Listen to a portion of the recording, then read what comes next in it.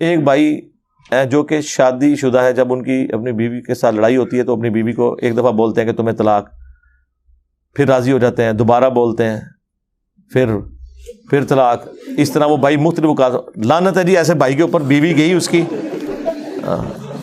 3 بار تے بول چکے ہیں، بار بار بولیں، کتنی بار بولیں گے؟ یہ تو اہل حدیث کے نزدیک بھی طلاق ہو چکی ہے، کیونکہ یہ تینوں الگ الگ مجالس میں ہو چکی ہے۔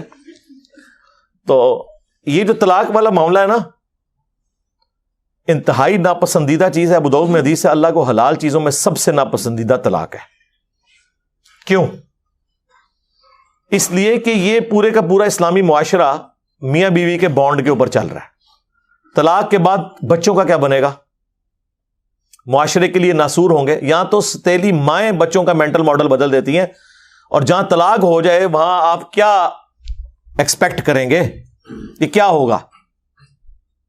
اس وجہ سے اسلام نے تو اسے ناپسند کیا۔ سب سے بڑی چیز جس پہ طلاق ہو سکتی تھی وہ بے حیائی ہے، تو سورہ نساء میں آیا کہ اگر عورت بے حیائی کرے تو اسے اپنے بستر سے الگ کرو، پھر بھی نہ باز آئے تو اسے مارو، لیکن مارنا اتنا نہیں ہے کہ اس کا کوئی حلیہ بگاڑ دینا ہے، چہرے پہ نہیں مارنا، یعنی جس طرح چھوٹے بچے کو ڈانٹ ڈپٹ کی جاتی ہے۔ وہ تو بڑا اچھا موقع تھا کہ اللہ تعالیٰ کہتا کہ ڈائریکٹ طلاق دے دو، ایسی تیسی زنانی دی، تو آخری درجے تک اوائڈ کیا جاتا ہے۔ بخاری مسلم میں حدیث ہے کہ عورت ٹیڑھی پسلی سے پیدا ہوئی ہے، اسے سیدھا کرنے کی کوشش نہ کرو، توڑ بیٹھو گے اس سے نفع حاصل کرو، اور اسے توڑنا، اسے طلاق دینا ہے، توڑ بیٹھو گے۔ نبی علیہ السلام کو اپنی بیویوں سے تکلیف نہیں اٹھانی پڑی، یہ حدیثوں میں تو بہت تفصیل سے آیا ہے، قرآن میں ہی پڑھ لیں سورہ الاحزاب کے اندر پارہ نمبر 21 کا آخری حصہ سارا ہی اس لیول تک کہ اللہ کو یہ آیات نازل کرنی پڑی، اے نبی اپنی بیویوں سے فرماؤ کہ اگر تم دنیا کا مال اور دنیا کی عیش چاہتی ہو تو آؤ میں تمہیں دے کے تو طلاق دے دیتا ہوں، اور اگر تم اللہ، اس کا رسول اور آخرت کا گھر چاہتی ہو تو اسی مفلسی کی حالت میں میرے نبی کے ساتھ فقر کی حالت میں گزارا کرو۔ تو یہ تو عورتوں سے تکلیف تو اٹھانی پڑتی ہے۔ بخاری مسلم میں حدیث ہے، نبی علیہ السلام نے فرمایا کہ عورت کی حالت ایسی ہے کہ پوری زندگی تم اس کے ساتھ حسن سلوک کرو، اور کبھی ایک دفعہ کوئی تکلیف اسے تم سے پہنچ جائے تو یہ کہتی ہے جب سے تیرے عقد میں آئی ہوں نا سکھ کا ایک دن نہیں میں نے دیکھا۔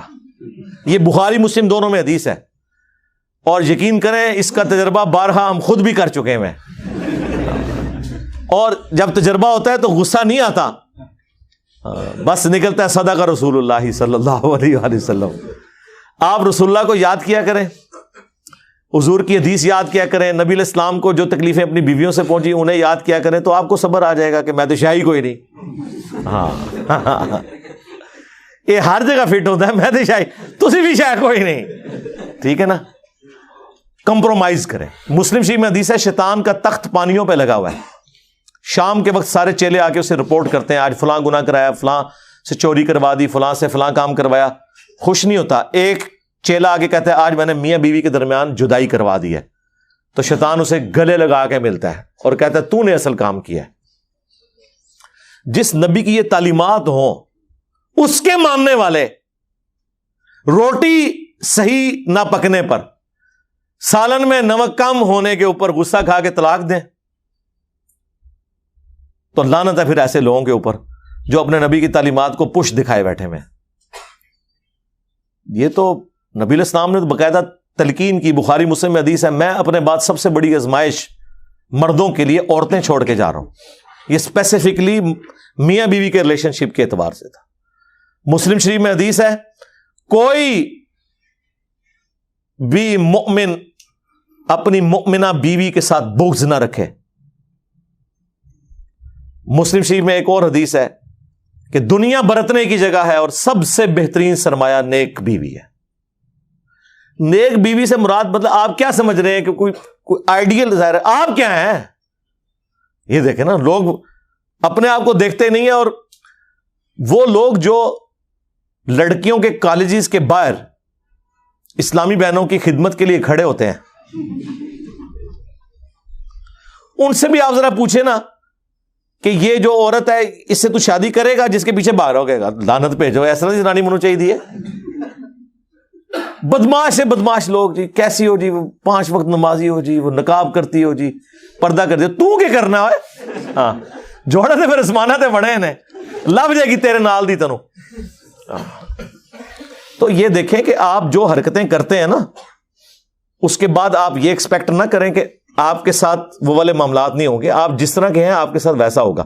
کوئی ایکسیپشن بھی ہو سکتی ہے, لیکن اوور آل یہ جو قرآن کا رول ہے نا کہ نیک مردوں کے لیے نیک عورتیں ہیں, بدکار کے لیے یہ رول ہے. ویسے آپ کو بظاہر نظر نہیں آ رہا ہوتا, لیکن میں آپ کو بتاؤں یہ جو جوڑے بنے ہوئے ہیں نا اور اتنی کامیاب زندگی گزار رہے ہوتے ہیں, ان میں واقعی کوئی کامن چیزیں ایسی ہوتی ہیں کہ جس کی وجہ سے وہ اکٹھے اپنے ساتھ زندگی گزار رہے ہوتے ہیں, برائی میں ہو یا اچائی میں ہو, یہ الگ بات ہے. یہ اللہ نے کوئی حالات و واقعات ایسے بنائے ہوئے ہیں. تو ان معاملات کو خوش اسلوبی کے ساتھ, میں کہتا ہوں جی شادی شدہ مرد کا کام ہی کوئی نہیں کہ اس کی زبان پہ کبھی طلاق کا لفظ بھی آئے. یہ سمجھ لیں طلاق کو آپ ایکویلنٹ کر لیں شرک کے, کہ یہ آپ نے تصور بھی نہیں کبھی کرنا. یار آپ کو کیسے سمجھایا جائے ابو داؤد کی اس حدیث کے اندر کیا درد ہے کہ اللہ کو سب سے ناپسند حلال چیزوں میں طلاق ہے. ابھی کتنی کنٹراڈکٹری سٹیٹمنٹ ہے بظاہر, لیکن میں ایکسپلور کرتا ہوں اسے. سب سے ناپسند طلاق ہے. اس سے اللہ تعالیٰ کی ناراضگی کا ذرا اندازہ کر لیں. اور لیکن ساتھ کا حلال, حلال اس لیے کہا کہ بعض اوقات جینون ضرورت پڑ جاتی ہے. کوئی مرد ایسا ہے جس کے ساتھ کوئی میڈیکل ایشو ایسا ہو گیا ہے اور دھوکے سے شادی کروا دی ہے, اور مرد ہے ہی نہیں تھا, تو ظاہر اب طلاق والا معاملہ ہوگا. کوئی مرد اتنا فنیٹک ہے کہ اپنی عورت کو وہ اذیتیں دیتا ہے, تو اب اسے اپنی جان بخشی کے لیے یا تو جان بچا لے یا اپنا گھر بچا لے, مجبوراً طلاق لینی پڑتی ہے. حلال اسے اس لیے رکھا گیا ایز اے لاسٹ ریزارٹ, بعض اوقات طلاق کی ضرورت پڑ جاتی ہے, ورنہ تو عورتیں غلام ہوتی مردوں کی. اگر طلاق دینا جائز نہ ہوتا, یا طلاق لینا یا خلا لینا جائز نہ ہوتا, یہ تو غلام بنا کے رکھتے ہوئے جس کے ہاتھ بھی آ گئی تو آپ جس طرح جانور پالا ہوا ہے زنجیر کے ساتھ وہ اس کی غلامی رہے گی. تو یہ اللہ نے اجازت دی. اس سے مراد یہ نہیں ہے کہ جو ناجائز طلاقیں دی جا رہی ہیں وہ اللہ تعالیٰ نے ان کو حلال قرار دیا ہوا ہے, نہیں. جامعہ ترمذی میں حدیث ہے, جس عورت نے بغیر وجہ کے طلاق لی جنت کی خوشبو بھی نہیں پائے گی. اسے وائس ورثہ بھی کر لیں. ہاں, یہ نہ سمجھے کہ یہ عورت کے لیے ہے. یہ نہیں ہے کہ قرآن میں جتنے مردوں کے لیے سیکھے آئے ہیں تو عورتیں مبرہ ہیں اس سے. ایک ورسٹ کیس کو ڈسکس کیا جاتا ہے اور باقی چیزیں انڈرسٹوڈ ہوتی ہیں. تو مرد و عورت کا ریلیشن شپ یہ بہت غیر معمولی ہے. جامعہ ترمذی میں حدیث ہے, تم نے کوئی بھی محبت کرنے والے دو میاں بیوی سے بڑھ کے نہیں دیکھے ہوں گے. یہ ایک ایسا پاکیزہ رشتہ اللہ تعالیٰ نے رکھ دیا. قرآن میں اللہ نے فرمایا سکون رکھا ہے میاں بیوی میں ایک دوسرے کے لیے. پھر اللہ تعالیٰ نے فرمایا ایک دوسرے کا لباس ہے. یہ جو ڈراموں میں یہ جو مرد و عورت آپ کو دکھائے جا رہے ہیں نا, یہ ڈرامے ہی لگائے ہوئے ہیں, ڈرامے میں ہی ہیں اور کیا ہے, ریئل میں تو نہیں.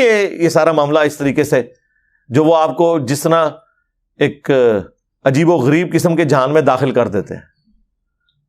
یہ ایک بڑا متبرک رشتہ ہے جس کو اللہ تعالیٰ نے اپنے انبیاء کرام کی سنت ٹھہرایا, اور پوری آئلی زندگی سورۃ البقرہ میں اللہ نے ڈسکس کی ہے کس لیول پہ جا کے, صرف یہ بتانے کے لیے کہ اللہ کے نزدیک یہ کتنی اہمیت کی چیز ہے. اس لیے کامیاب مرد وہ ہیں جو رن مرید ہو. ہاں, اور غصہ آئے تو نہ نکالیں, خود نکل جائیں. یار مولا علی اور سیدہ فاطمہ کی جب لڑائی ہوئی ہے, بخاری مسلم میں آیا ہے, تو حضرت علی گھر سے نکل گئے. یہ ہے تربیت. ظاہر مولا علی کی پرورش نبی الاسلام نے کی تھی.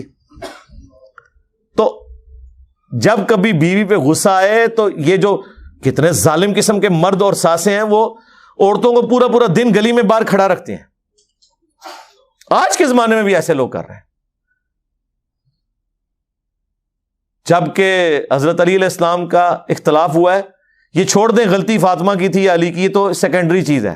حضرت علی ڈومیننٹ ہونے کے باوجود شیر خدا, تو اڈے ورگا کوئی بزدل مرد نہیں, شیر خدا ہو کے گھر سے باہر نکل گئے. کیوں؟ اس کی وجہ یہی ہے کہ اس رشتے کو آپ نے اسی طریقے سے نبھانا ہے.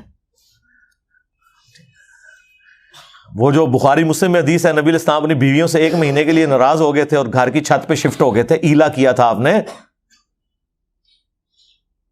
اور پھر آیات نازل ہوئیں.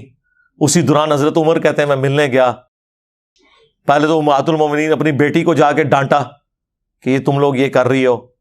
پھر حضور کے پاس آئے اور کہتے ہیں میں نے کوشش کی کہ بھئی حضور کو ہنسانے کی کوشش کروں, اور جب میں چھت پہ چڑھا تو ایک کونے میں چھوٹا سا مشکیزہ لٹکا ہوا ہے, ایک چٹائی پہ حضور لیٹے ہوئے ہیں, اوپر بھی چادر کوئی نہیں, صرف تہمت باندھی ہوئی ہے. آپ اٹھے ہیں, جسم پہ چٹائی کے نشان. حضرت عمر نے رونا شروع کر دیا, یا رسول اللہ کیسر و کس طرح دنیا کے مزے لوٹ رہے ہیں اور آپ اللہ کے پیغمبر ہو کے یہ آپ کی حالت ہے. آپ نے فرمایا لگتا ہے عمر ابھی بھی دنیا کی حقیقت تم پہ نہیں کھلی, کیا تم اس پہ راضی نہیں ہو کہ کیسر و کس طرح دنیا کے مزے لوٹیں اور ہم آخرت کی سعادت. پھر سرکار حضرت عمر کا قبلہ ایسا صحیح ہوا ہے کہ نہ حرام کھایا نہ کھانے دیا کسی کو. اس طرح سٹرکٹ مینجمنٹ انہوں نے رکھی ہے اپنے دور میں.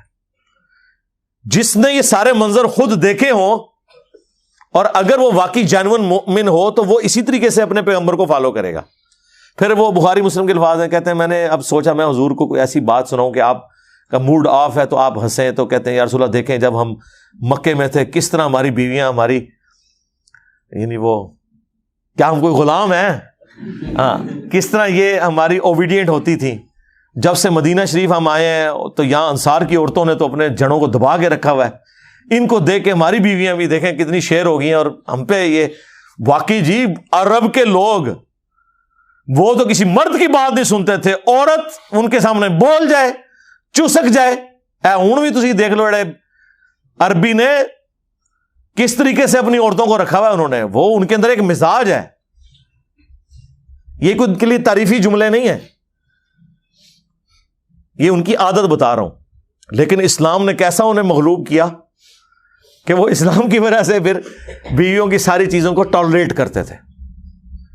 تو کہتے ہیں جب میں نے یہ بات کی نا کہ یہ دیکھو ان کو دیکھے دیکھے ہماری عورتیں بھی شیر ہو گئی ہیں, تو حضور علیہ السلام مسکرائے, کہتے ہیں مجھے تھوڑا حوصلہ ہوا. پھر میں نے گپ شپ کرنی شروع کی اور یہ اس طریقے سے پھر خیر آیات بھی نازل ہوئی. 1 مہینے کے بعد نبی علیہ السلام نے جو ہے وہ آفر دی. یہ آیات نازل ہوئی سورہ احزاب کی, حضرت عائشہ حفصہ باقیوں کو, کہ دیکھو اللہ نے مجھے اجازت دے دی ہے, چاہے تو تم میرے عقد میں رہو اسی فقر کی زندگی میں, اور اگر دنیا کا مال چاہتی ہو تو ٹھیک ہے میں تمہیں طلاق دے دیتا ہوں. تو سب نے کہا کہ ہم اللہ اس کا رسول اور آخرت کا گھر چاہتی ہیں, ہم نبی علیہ السلام کے ساتھ کس طرح گزارا کریں گے. تو یہ نبی علیہ السلام کی جو اپنی آئلی زندگی ہے نا, یہ جب پتہ ہی نہیں ہوگی تو کس طرح عورتیں اوبیڈینٹ ہوں گی اور کس طرح مرد اپنے عورتوں کے ساتھ حسن اخلاق سے پیش آئیں گے. آپ کو تو یہ دکھایا گیا غصہ نکالنا ہے. بہادری یہ ہے کہ آپ اپنا غصہ کنٹرول کریں, اور سب سے بہترین حال یہ ہے کہ جب غصہ آئے گھر سے باہر نکل جائیں, اس جگہ کو چھوڑ دیں. اعوذ باللہ من الشیطان الرجیم پڑھیں جو بخاری مسلم میں آیا ہے. 2 بندے لڑ رہے تھے, آپ نے فرمایا میں ایک جملہ ایسا جانتا ہوں اگر یہ پڑھیں تو ابھی یہ سارا معاملہ ٹھنڈا ہو جائے گا, وہ اعوذ باللہ من الشیطان الرجیم, اور جگہ تو فوراً چھوڑیں جی, سیدھی سی بات ہے. ٹھیک ہے, دروازہ بے شک زور سے مار کے چلے جائیں, ٹھیک بات ہی تسی کرانا ہے, زنانی نو کچھ نہ کہو, ہاں بس